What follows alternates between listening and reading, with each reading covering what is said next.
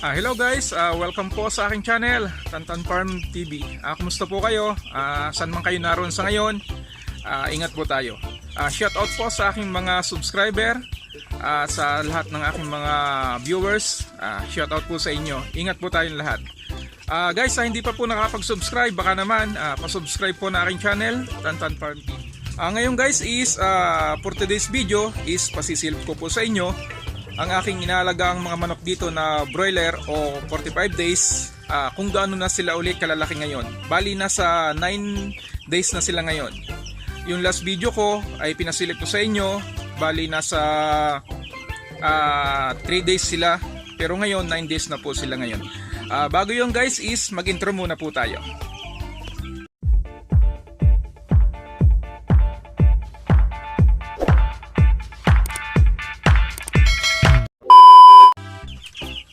Ayan guys, at malalaki na yung ating mga alagang manok ngayon. Bali guys is nasa ano na sila ngayon, nasa 9 days na.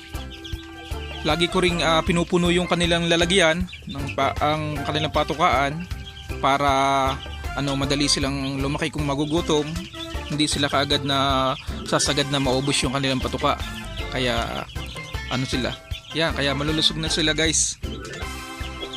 Pati din ganun din yung kanilang painuman, hindi ko pinababayaan na maubusan sila. Ayan. Nasa na sila ngayon, nasa 9 days na. Yan. Malaki na rin sila ngayon. Ayan. Tataba na rin. At masisigla sila. Ayan. Ito na yung ating mga 45 days. Bali yung tubig ko, andito na rin ako nagpapalit ng tubig, nakalagay dun sa drum. Yan. Para madali nang makapagpalit tayo kung sakaling maubusan. Ayan. Dun sa dulo na yun, kung nakikita nyo bakante, may bala kasi ako na kumuha ng sisiw. Siguro mga 20 days na itong ating mga inaalagaan na to, kukuha uli ako ng sisiw para dire-diretso lang yung pag-aalaga natin. Ayan.